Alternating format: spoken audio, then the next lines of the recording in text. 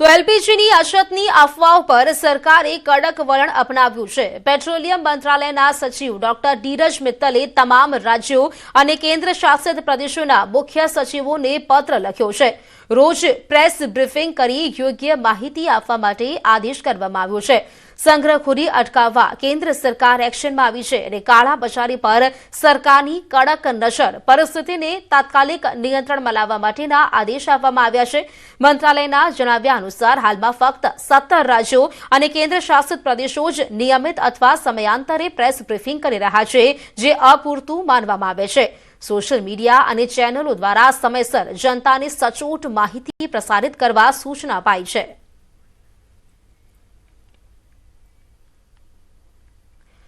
તો ફરસાણ ખાવાના શોખીનો માટે માઠા સમાચાર છે। યુદ્ધની અસર હવે ફરસાણના ભાવ સુધી પહોંચી ગઈ છે। રાજકોટમાં પ્રતિ કિલો ફાફડાના ભાવમાં 40 રૂપિયા જેટલો વધારો આવ્યો છે। સમોસા, તીખી સેવ, ખાચલી સહિતના ફરસાણના ભાવમાં વધારો થયો છે। યુદ્ધ પહેલા ફાફડા ગાંઠિયા પ્રતિ કિલોના ભાવ 560 રૂપિયા હતા, જે હવે 600 રૂપિયા કિલોના થયા છે। સમોસા 480 રૂપિયાના કિલો હતા, જે હવે 500 રૂપિયા કિલો થયા છે।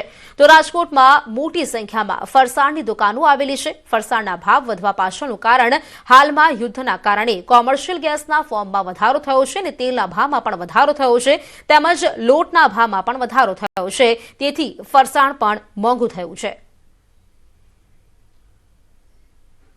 ગેસના બાટલા મોંઘા થઈ ગયા છે। બધી આઈટમમાં તો લોટ, તેલ બધું મોંઘું છે દિવસે દિવસે। બધી આઈટમ ફરસાણમાં ટોટલ 20 થી 40 રૂપિયા કિલો વધારો બધી આઈટમમાં આવેલો। સમોસા, કચોરી એ બધામાં 40 રૂપિયાનો વધારો કિલો થયેલ છે। ફરસાણ ખાવાના શોખીનો માટે માઠા સમાચાર છે। યુદ્ધની અસર હવે સ્વાદ પ્રિય ગણાતા ફરસાણ ઉપર પણ થઈ રહી છે। યુદ્ધના કારણે જે છે એ અત્યારે જે અલગ અલગ ફરસાણ છે તેમના ભાવમાં પણ વધારો આવ્યો છે। ખાસ કરીને સમોસા, કચોરી, ગાંઠિયા સહિતના જે અલગ અલગ જે કહી શકાય કે જે ફરસાણ છે તેમના ભાવમાં વધારો આવ્યો છે।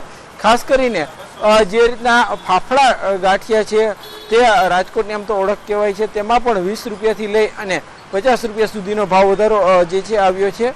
સૌથી મહત્વની વાત કહેવામાં આવે તો જે રાજકોટ સહિત જે સૌરાષ્ટ્રના લોકો છે તે ફરસાણ ખાવાના શોખીન હોય છે અને દિવસ દરમિયાન એક દુકાનેથી અંદાજિત 300 થી 400 કિલો જેટલું ફરસાણ છે તે લોકો ખરીદતા હોય છે, પરંતુ હવે 20 રૂપિયાથી લઈ અને 60 રૂપિયા સુધી કિલોના વધારે ચૂકવવા પડી શકે છે। લોકો છે તે દિવસ દરમિયાન અલગ અલગ જે ફરસાણ છે તે આરોગતા હોય છે અને અત્યારે ફરસાણના ભાવમાં પણ ક્યાંક ને ક્યાંક વધારો જોવા મળી રહ્યો છે।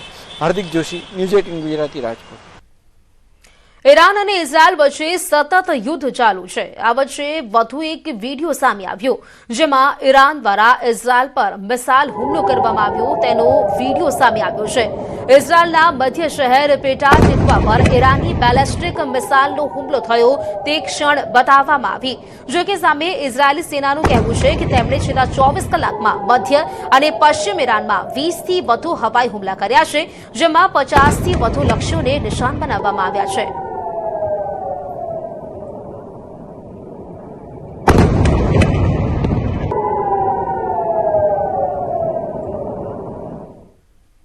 મધ્ય પૂર્વમાં વધતા તણાવ વચ્ચે ઈરાન તરફથી ઇઝરાયલ પર થતા સતત હુમલાઓના કારણે ઇઝરાયલના એર ડિફેન્સ સિસ્ટમ્સ પર દબાણ વધી રહ્યું છે। ઇરોન ડોમ સહિતની સિસ્ટમ્સ પહેલાથી જ એવી રીતે કાર્ય કરે છે કે માત્ર વસાહતી વિસ્તારો અને મહત્વપૂર્ણ સ્થળોની નિશાન બનાવતી મિસાઇલ્સને જ ઇન્ટરસેપ્ટ કરવામાં આવે। નિષ્ણાંતો મુજબ સંભવિત મિસાઇલની અછત વચ્ચે આ પ્રાથમિકતા હવે વધુ સ્પષ્ટ બની શકે છે। इसराइल का वो एरिया है जो यहाँ जेरूसलम के नजदीक वाला एरिया है। यहाँ पर भी एक बैलिस्टिक मिसाइल फटा इस एरिया में और इर्द गिर्द जो भी मकान है वो तबाह हो गए हैं। मैं इस वक्त एक घर के अंदर हूँ और आपको दिखा रहा हूँ कि इस घर की क्या तबाही हुई है। हर साइड से ये घर बर्बाद हो चुका है और इसी तरीके की सैकड़ों घर हैं जो तबाह हो चुके हैं मिसाइल अटैक की वजह से। बताया यही जा रहा है कि अब उन्हीं जगहों पे एयर डिफेंस सिस्टम की तरफ से इंटरसेप्शंस किए जा रहे हैं जो बहुत इंपॉर्टेंट लोकेशंस हैं स्ट्रेटेजिकली, और जो ज्यादा इंपॉर्टेंट लोकेशंस नहीं है वहां के लिए इंटरसेप्टर्स खर्च नहीं किए जाते हैं, क्योंकि जिस तरीके से लगातार ईरान की तरफ से मिसाइल अटैक किए जा रहे हैं, खासतौर से जो क्लस्टर बॉम्ब इस्तेमाल किए जा रहे हैं, उसकी वजह से अभी यहाँ पे एयर डिफेंस सिस्टम्स में अभी मिसाइल्स की कमी पाई जा रही है। तो अब यहाँ इसराइल की तरफ से यही कोशिश की जा रही है कि वहां पर ही एयर डिफेंस सिस्टम को यूज किया जाए, जो बहुत इंपॉर्टेंट लोकेशंस हैं स्ट्रेटेजिकली, या डिफेंस फोर्सेस की जो लोकेशंस हैं उनको बचाने के लिए, या जो बड़ी बड़ी इमारतें हैं या बड़े बड़े एरियाज हैं, खासतौर से टेल अवीव हो या हाइफा हो या जेरूसलम हो, जो वहां की इंपॉर्टेंट लोकेशंस हैं, उन्हीं के लिए इंटरसेप्टर्स भेजे जाएंगे। और जो बाकी ओपन एरियाज में या फिर ऐसी जगहों पे जो ज्यादा इंपॉर्टेंट नहीं है, जो मिसाइल वहां की ओर जाएंगे, उनको रोकने की कोशिश अब यहां का एयर डिफेंस सिस्टम नहीं करेगा। कई सारे ऐसे मिसाइल हैं ईरान के जो इवेड कर पाते हैं एयर डिफेंस सिस्टम को, चकमा देते हैं और चीर कर कहीं ना कहीं जरूर यहां इसराइल में फट जाते हैं, जिसकी वजह से इस तरीके की तबाही देखने को मिलती है। ये वो स्पॉट है जहां पे ईरान की तरफ से दागा गया मिसाइल फटा और इर्द गिर्द सब कुछ चकनाचूर हुआ। હવે વાત કરીશું સ્વરાજના સંગ્રામની।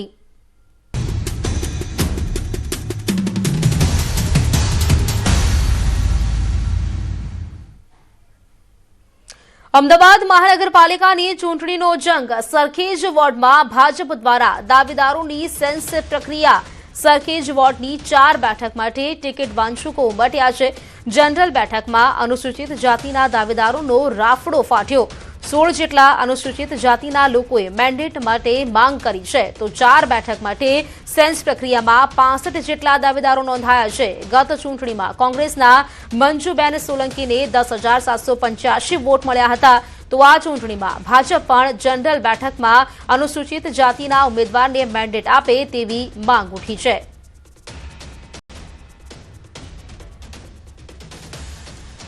હવે વાત કરીએ અન્ય સમાચારોની, તો સુરતના પાંડેસરા વિસ્તારમાંથી શંકાસ્પદ પનીર મળવાનો મામલો। પનીરનો રિપોર્ટ સબસ્ટેન્ડર્ડ આવતા એસઓજી દ્વારા કાર્યવાહી કરવામાં આવી છે। એસઓજીએ કારખાનાના સંચાલક મહેશ શર્મા વિરુદ્ધ ગુનો દાખલ કર્યો છે।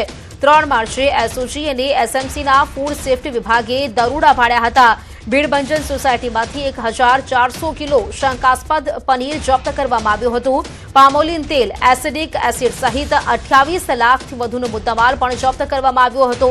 તો આરોગ્ય મંત્રી પ્રફુલ પાનસેરિયાએ કડક કાર્યવાહીની સૂચના આપી છે। 1 મહિના પહેલા જપ્ત કરાયેલા પનીરના નમૂના સબસ્ટેન્ડર્ડ આવતા કાર્યવાહી કરવામાં આવી છે। સોસાયટીની અંદર 1400 કિલોગ્રામ પનીરનો જથ્થો સીઝ કરવામાં આવેલો, જેના માલિક જે છે મહેશ કુમાર શર્મા હતા, અને આ જે જથ્થો છે એનો જે નમૂનો છે ફેલ જતાં આજે એના વિરુદ્ધમાં પાંડેસરા પોલીસ સ્ટેશનમાં કલમ મુજબ ગુનો દાખલ કરવામાં આવેલ છે। તદુપરાંત આ સીઝ કરેલ જથ્થા ઉપરાંત બીજો જે છે પનીર બનાવવાનો જે મશીનરી, પામ ઓઇલના 29 ડબ્બા તેમજ એસિટિક એસિડના ડબ્બા, એમ ટોટલ 28 લાખનો મુદ્દામાલ જે છે સીઝ કરવામાં આવેલો હતો। સબસ્ટાન્ડર્ડ નમૂનો પ્રાપ્ત થયો છે, એટલે કે ખાદ્ય પદાર્થ જ હોય પણ એ પનીર જેવી જ વસ્તુ બનાવે, માનો પામ ઓઇલ અને મિલ્ક પાવડર વગેરેનું મિશ્રણ કરે, જે ખાવાથી એ શરીરને પોષણ ન મળે પણ એવું નુકસાન પણ ન કરતા હોય, તો પોષણ